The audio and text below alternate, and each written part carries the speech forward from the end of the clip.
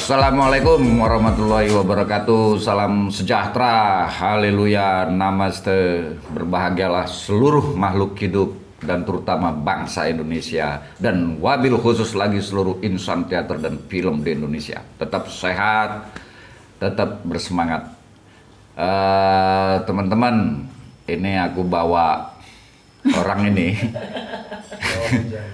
Ini aktor, ini aduh, ya ini salah seorang aktor kenamaan di Gang Waluh, pemilik namanya Desi Susanti yang biasa jadi Cicil. Nah, Desi Susanti sudah memerankan beberapa lakon, misalnya yang terakhir main di Amangkurat di Teater Salihara bersama Mas Slamet Raharjo, Gunawan Muhammad, dan yang lain-lainnya. Juga di Amir Hamzah bersama Titi Mangsa Foundation dengan Prisia Nasution, dengan Lukman Sardi dan teman-teman yang lain. Juga main di lakon Dead and the Maiden Ariel Dorfman bersama teman-teman Teater 1, dan lakon Buried Child Sam Sepan bersama teman-teman Teater 1, lalu juga ke Tokyo untuk mewakili Teater 1 dan Indonesia dalam ajang pertemuan aktor-aktor dan sutradara muda se-Asia. Nah, ini dia. Tetapi yang khas dari Desi ini, ada banyak peran dia itu jadi perempuan tua. Nah ini tua semua. Nah, jadi tetapi yang uniknya, Des, apa hal yang menarik buatmu yang masih muda ini jadi perempuan tua?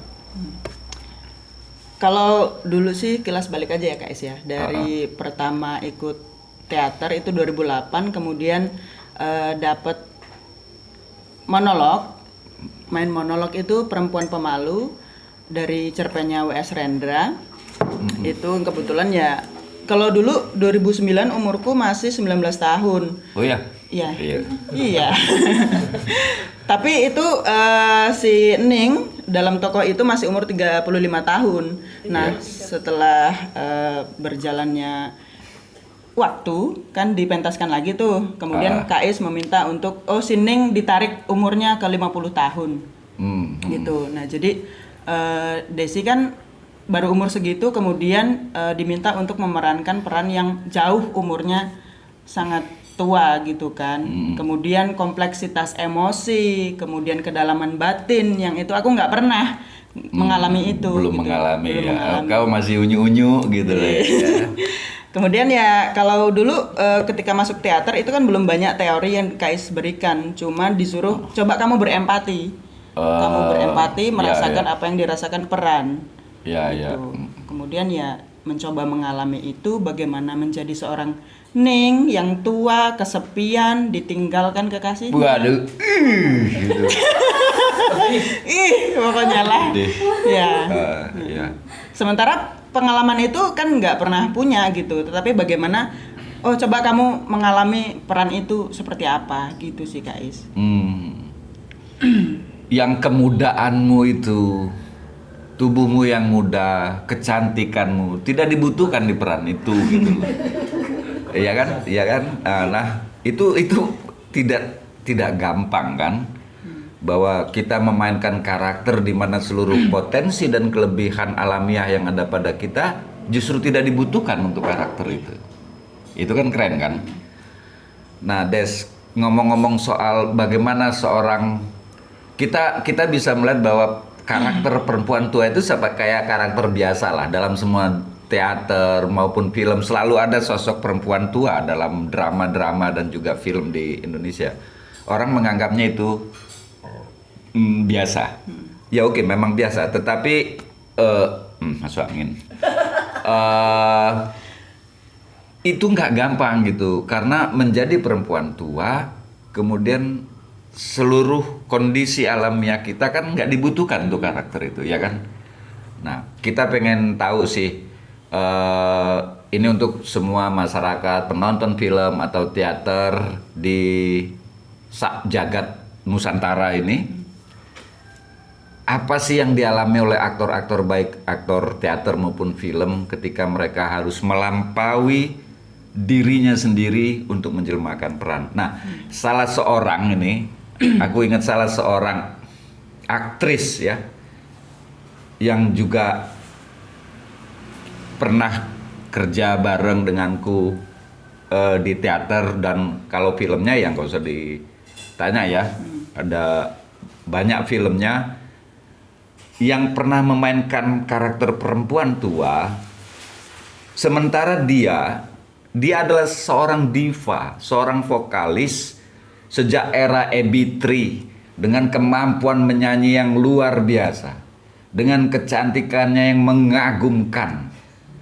ya, dengan auranya yang selalu kelihatan bahagia, riang. Nah, suatu kali dia harus memainkan sosok perempuan tua dalam naskah Sumur Tanpa Dasar Arifin Cinur dalam pertunjukan kelas akting Titi Mangsa Foundation. Nah, kita pengen tahu, seperti juga Desi alami, bagaimana dia menanggalkan seluruh potensi, kelebihan, dan pesona alamiahnya ini supaya karakternya menjelma. Nah, kita panggil aja nih, ada Teh Widi namanya. Siapa yang nggak kenal dengan Teh Widi ini? Ya, kita panggil Teh Widi untuk ngobrol-ngobrol. Gimana sih Teh Widi ini? Kan susah sih menanggalkan apa yang melekat pada diri kita sejak kecil, sejak itu berat. Ya, kita panggil Teh Widinya untuk ngobrol-ngobrol bareng kita ya. Aduh. Uh, Hai. Aduh, Halo. malu aku di sini. Hai, Mas Is. Kedengeran nggak suara aku? Hai, Desi. Ya ampun. Kedengeran ya? Wah, jadi aku harus cerita pengalaman kita belajar kemarin ini, Mas. Ceritanya kan waktu itu aku lagi belajar. Terus udah gitu tiba-tiba pertanggungjawabannya harus ujian di atas panggung nih. Waktu itu lucu sih. Sebenarnya ada jadwal, waktu jadwal ujiannya itu yang harus tampil di panggung itu, aku pas sebenarnya nggak bisa. Tapi entah gimana diatur-atur sampai, pokoknya aku ngobrol sama Tia sama Happy, aku kepengen banget gimana ya supaya terwujud gitu. Jadi kalau nggak salah diatur keluar kotanya itu aku geser gitu. Jadi duluan anak-anak, duluan suamiku waktu itu, lalu aku nyusul besoknya. Hanya saking kepengen tampilnya di bareng-bareng sama teman-teman Titi Mangsa ya, kelas teater itu. Salah satu yang nggak terlupakan sih. Iya, itu kan kita ingat bahwa waktu sangat sempit. Teh Widi juga punya jadwal yang tempo hari sulit sekali gitu ya, sangat rapat gitu. Tetapi masih mampu ngambil selah gitu, berkelit di antara kerapatan jadwal itu untuk memainkan peran tua, seorang ibu yang mengasuh Jumena Martawangsa gitu. Nah, yang mau tadi kita obrolin bahwa itu kan artinya seluruh keistimewaan yang ada pada Teh Widi, kemampuan menyanyi, kelebihan-kelebihan fisikal gitu, keanggunan, kecantikan yang nggak dibutuhkan sama sekali untuk peran perempuan tua itu. Nah, gimana Teh Widi memasuki karakter ini? Dan yang harus dicintai juga bukan orang yang gampang, Jumena yang keras kepala, yang kemudian mati. Nah, iya itu skrip yang seumur-umur. Aku kan sebenarnya nyemplung ke dunia teater ini kan nggak sengaja dari kecil, tapi ya itu dia mungkin yang memotivasi adalah kok dari kecil sampai sekarang besar ternyata hidupnya dari dunia hiburan, panggung lah ya khususnya. Kok nggak pernah menggali sih gitu. Awalnya sih itu. Cuma kesempatan itu memang jarang sih ya. Gimana sih? Ada beberapa. Cuman yang memanggil dan akhirnya cocok gitu tuh sebenarnya buat aku jarang. Ketika ngobrol sama Happy mau membuka kelas acting itu aku kayak, kayaknya ini deh, kayaknya oke deh gitu. Akhirnya aku berusaha cocokin jadwal. Nah, ketika kami kumpul, ketika Mas Is lalu kenal sama Mas Is, lalu Mas Is mulai pelan-pelan membagikan cerita, lalu menjelaskan ini dan itu, dan aku berulang kali kayaknya udah ngobrol sama Happy, ngomong ke Happy dan ngobrol langsung ke Mas Is bahwa aku belum pernah loh mendapat banyak ilmu yang sangat masuk gitu. Jadi setelah kemudian kami berproses, yang Mas Is sampaikan itu tuh kayaknya poin-poin yang memang selama ini aku cari, dan kok setiap kata-katanya itu tuh kok kayaknya aku bisa mudah cerna gitu loh Mas Is. Ini nggak yang susah yang sampai di awang-awang, terus yang membuat aku kayak berjarak banget gitu ya sama dunia teater ini, tapi ya memang Mas Is memfasilitasi kami semua dengan segala cara yang Mas Is bisa, dengan kata-kata maupun yang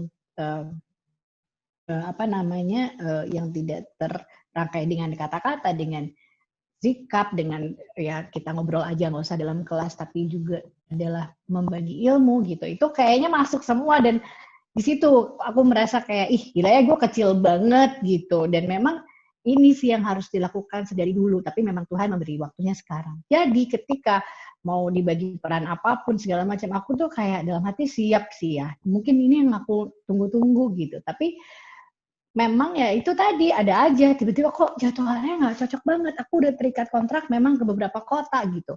Justru yang lucunya kan memang pas ya hari manggung itu ya. Memang kan aku merasa mungkin nggak usah manggung, tapi aku udah ikutin latihannya deh cukup gitu. Ternyata Tuhan ngasih izin setelah diatur bisa ikut. Jadi kenapa ya kok mau menanggalkan semua hal yang aku nyaman selama ini? Karena memang ya aku ngerasa dari awal masuk kelas itu memang maunya tuh mulai dari awal gitu kayaknya ya. Mulai dari awal, terus aku pengen tahu banyak hal yang dulu aku nggak tahu.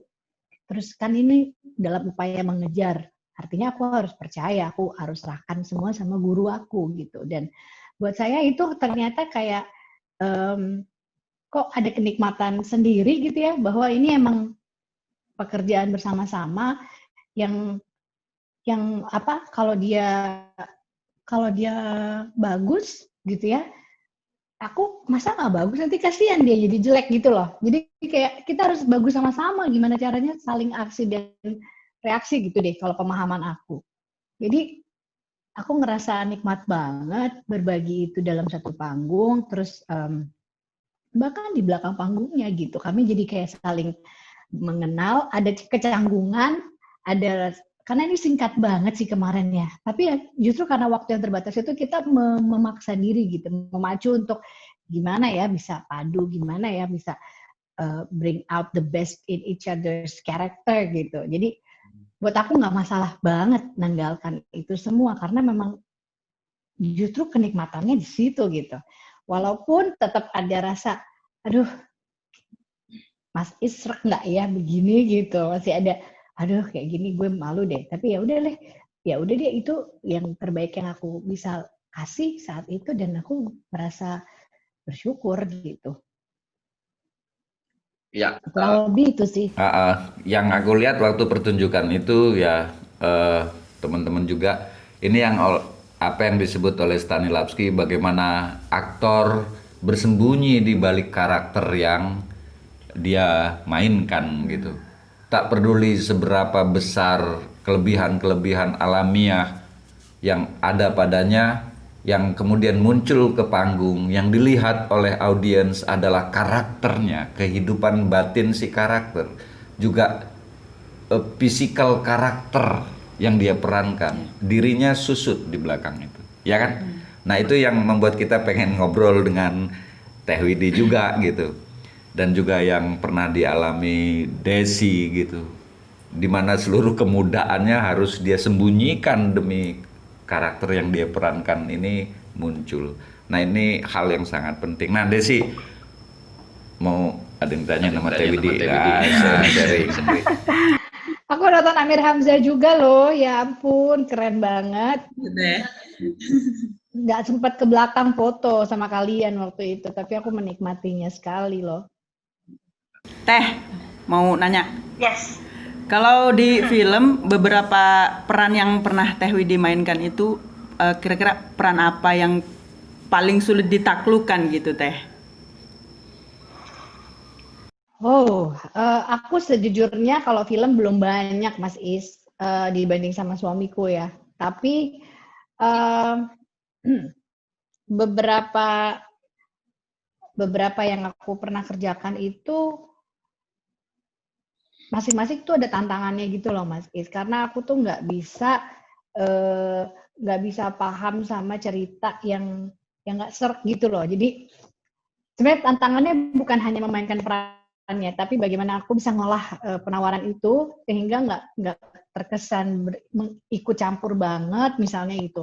Ini yang aku juga masih temukan sulit sampai saat ini. Karena memang bukan aktris ya awalnya, jadi kan pengalaman untuk belajar aktingnya juga kan minim. Jadi aku cuma percaya, aku maunya tuh percaya sama ceritanya dulu gitu. Nah, ini kan kadang sulit untuk diobrolin ke sutradaranya.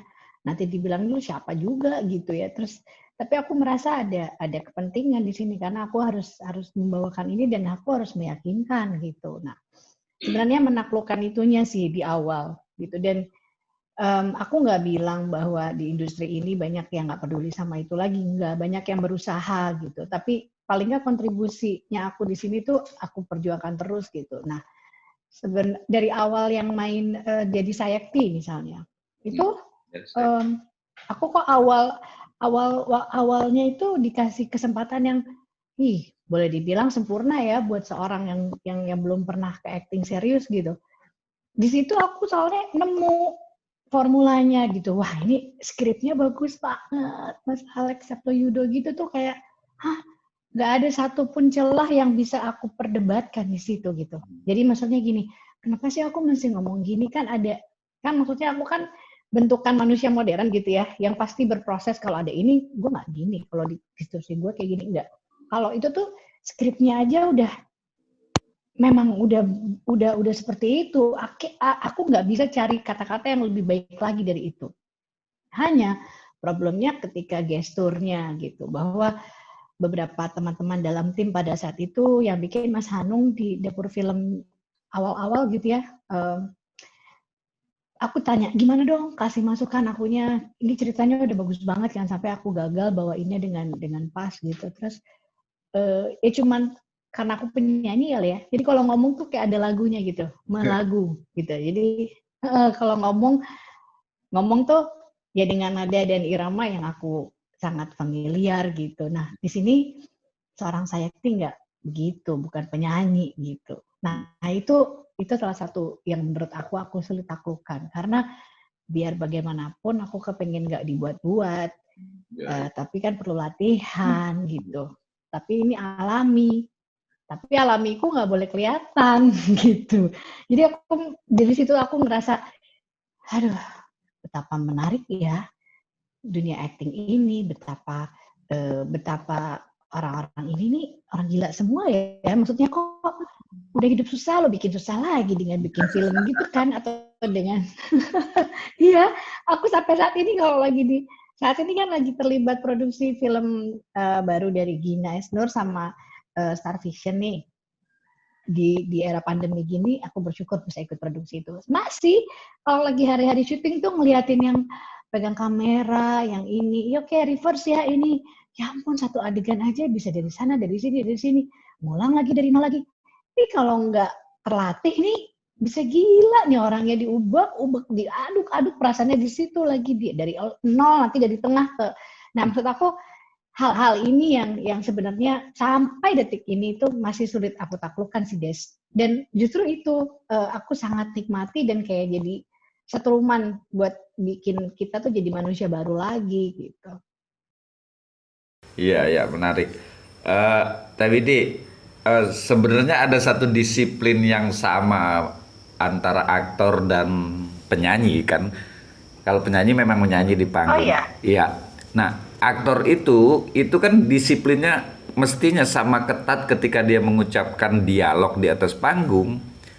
Kalau penyanyi kan memang ada notasi, ada nada tinggi, rendah, lirih atau mendayu. betul. Nah, wicara aktor juga sebenarnya sama, cuman yang menjadi partiturnya, yang menjadi notasinya kan subtek seperti yang ini. Nah, ada disiplin yang sama gitu antara aktor dengan penyanyi dalam hal mengucapkan wicara, dalam hal mengucapkan teks. Cuma yang bedanya yang penyanyi dinyanyikan, yang ini cuma diucapkan secara biasa. Tapi dalam wicara juga kan ada tempo, ada irama, ada jeda, ada empasis dan ada ekspresi. Sebenarnya ada kesamaan antara penyanyi dengan aktor dalam hal ini gitu. Nah, itu yang sebenarnya juga aku lihat mungkin karena modal sebagai seorang diva musik gitu. Aku ngikutin TWD sejak zaman Asia Bagus gitu. Oke, oke. Mas Is ngomong gitu berasa muda banget nih kayaknya nih. Yo, kita masih ini apa beranjak dewasa. Nah, Terima kasih. itu yang membedakan ketika seorang penyanyi yang memang sudah matang kemudian menjadi aktor, ketika dia mengucapkan teks itu kerasa gitu enak gitu di telinga. Nah, itu sebenarnya yang harus diuber gitu oleh banyak aktor, bagaimana mengucapkan teks dialog itu setepat mungkin. Cuman yang jadi partiturnya, yang jadi notasinya ya subtek, itu yang kita pelajari di kelas tempo hari. Nah, itu yang aku lihat mungkin itu juga yang membuat Teh Widi dengan cepat bisa mengadaptasi naskah walaupun waktu sempit, masih sambil baca sambil jalan. Mungkin Mas Is manis banget sih. Yang ini guru yang aduh, aku kalau ketemu aja deg-degan gitu. Aduh gitu, takut salah, takut gimana, mau nanya apa gitu. Terima kasih. ya, Desi ada yang mau ditanya lagi sama Teh Widi? Cukup sih. Iya. Aku nonton lu Teh waktu itu, Sumur Tanpa Dasar, TWD. Ya ampun, kamu itu ada dua kan nyanyinya, aku sama Teh Angel, dua-duanya kamu nonton. Takut ketuker, nggak mungkin banget padahal ya. Teh Angelnya tinggi, guanya pendek. Nah, itu yang Desi terus habis nonton itu cerita ke aku, ya dia pengen tahu apa yang dia juga kan pernah memerankan perempuan tua itu karakter. Dia pengen tahu apa yang dilakukan Teh Widi gitu. Tapi Karena aku menarik sih Mas Is. Menarik sih, maksudnya jadi perempuan tua kan memang aku belum pernah sejujurnya. Jadi pada saat dikasih itu tuh, aduh, awalnya sih sejujurnya, aduh, gitu kenapa jadi perempuan tua? Tapi ya mungkin memang waktunya gitu nyari yang jauh.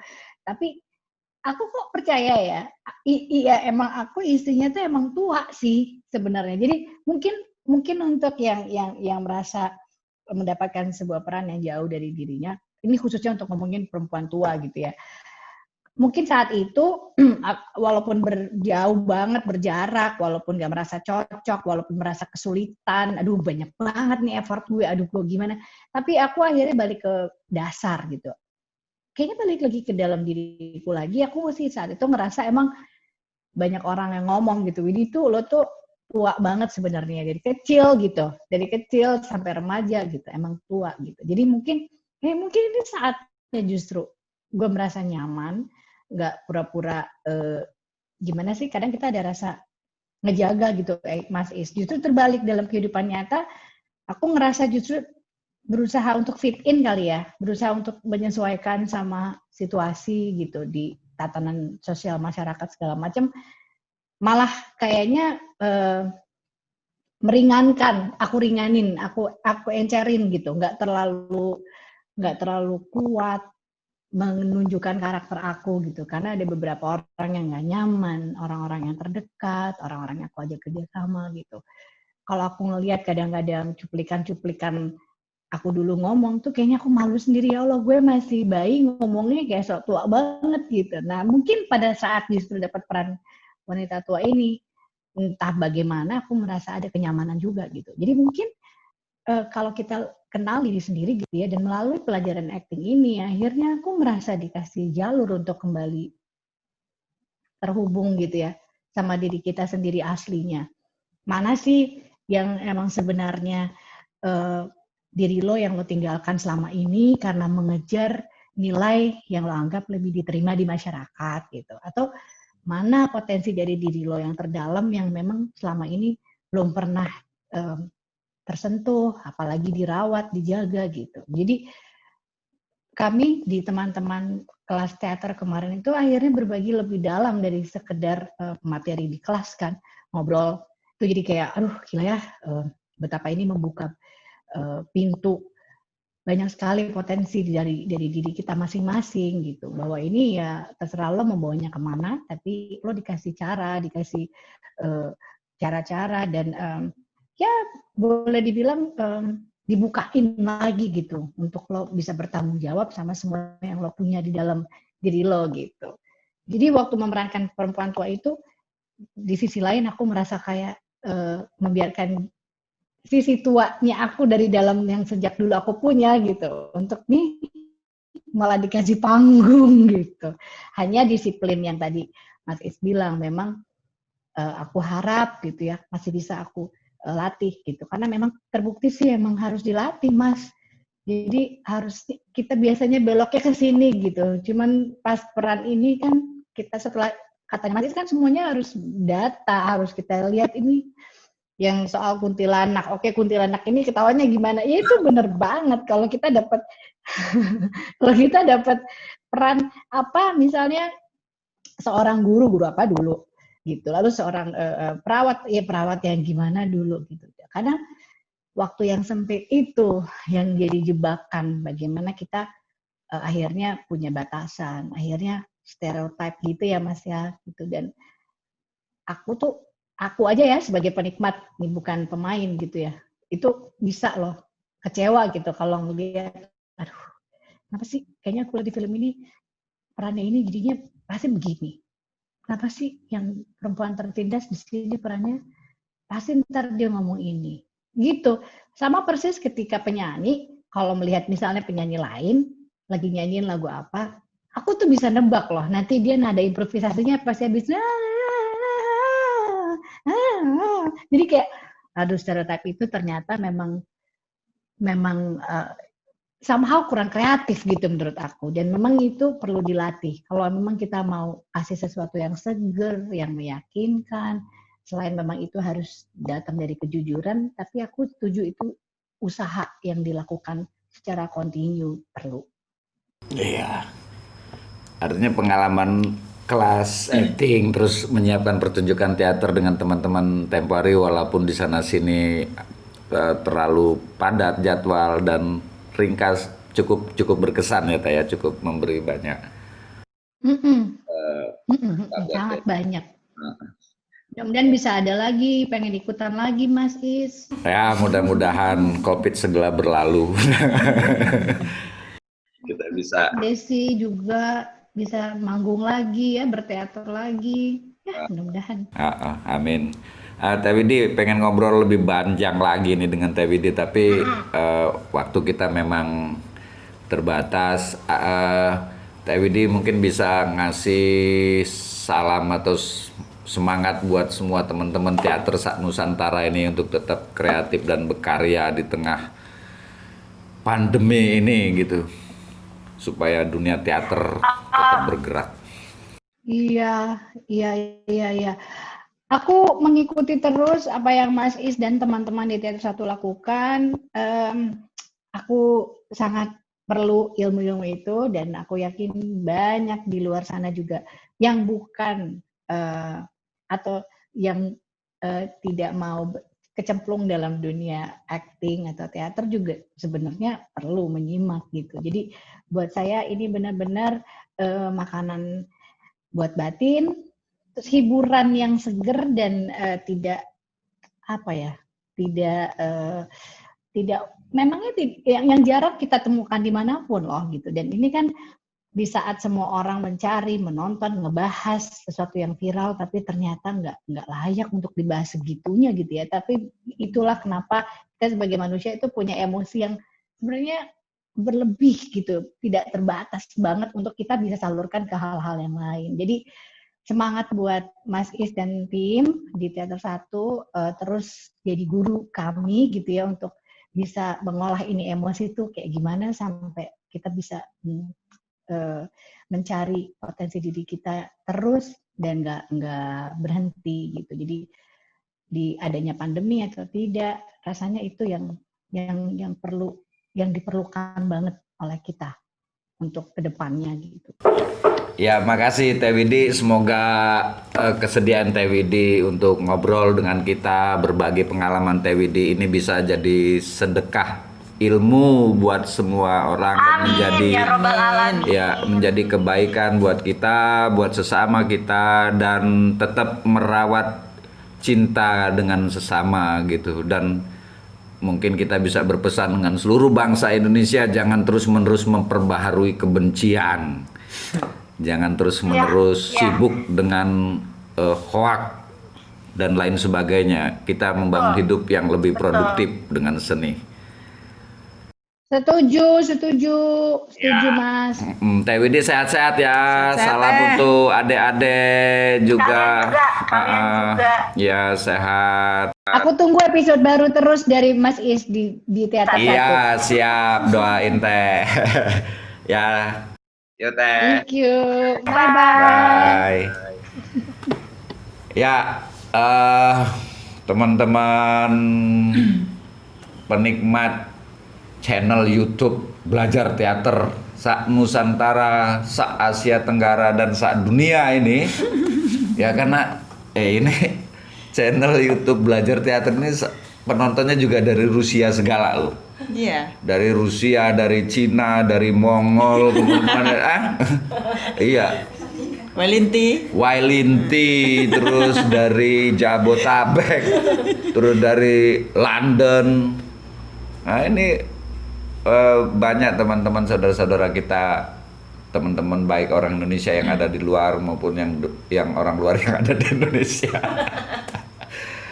Ya teman-teman tetap semangat, teman-teman teater dimanapun berada, tetap produktif dan tetap bersama-sama kita bergerak dan jangan sampai membeku oleh pandemi ini.